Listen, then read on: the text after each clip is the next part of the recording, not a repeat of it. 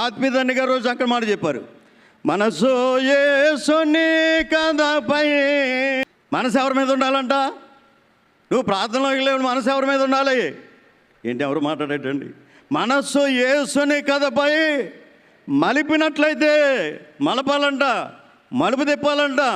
లోకం నుంచి, లోకాశల నుంచి, లోక విషయాన్ని నుంచి యేసు వైపు నీ మనస్సు తిప్పితే తండ్రి గారు అంటారు, మహిమ కనబడుతుంది, అనుభవం దొరుకుతుంది, అంతస్తులోకి వెళ్ళగలవు అని చెప్పి అంటారు. ఒకసారి దేవదాసయ్య గారు ధ్యానంలో పెట్టి, ధ్యానం అయిపోయిన తర్వాత చివరిలో కాసేపు మౌనంగా ఉండమన్నారంట.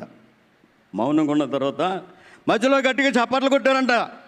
చప్పట్లు కొట్టి ప్రార్థన అయిపోయిన తర్వాత, అబ్బాయి మౌనంగా ఉన్నారు కదా, నేను మధ్యలో చప్పట్లు కొట్టాను, ఎంతమందికి వినబడి అంటే, అయ్యా మాకు వినబడ్డాను అందరూ చేయెత్తేసారంట. అయితే మీకు ఎవరికి ధ్యానం కుదరలేదు అని చెప్పి అన్నారంట. ఇలా ఆనందంగా చేయెత్తేసారు పైకి. అసలు నువ్వు ధ్యానంలో ఉంటే, మౌనంగా ఉంటే నీకు ఏమి వినబడకూడదంట. ఏ వాసన వచ్చినా నీ ముక్కు దాన్ని గ్రహించకూడదంట. ఏ శబ్దం వచ్చినా చెవి దానిని గ్రహించకూడదంట. అదే మౌనం అంటే. అంచేత మనం యేసు వైపు తిరుగుదాం, మౌనంగా దేవుని వైపు చూద్దాం. సంఖ్యాకాండంలో కూడా మాట అంటారు, దానివైపు తేరు చూచుట, నిదానించి చూచుట. కనుక ఎందరైతే దేవుని వైపు, ప్రభు వైపు నిదానించి చూస్తారో తప్పనిసరిగా లోక ఆశీర్వాదాలతో పాటు పరలోక భాగ్యాలు, రక్షణ భాగ్యం అన్నీ మనం దొరుకుతాయి.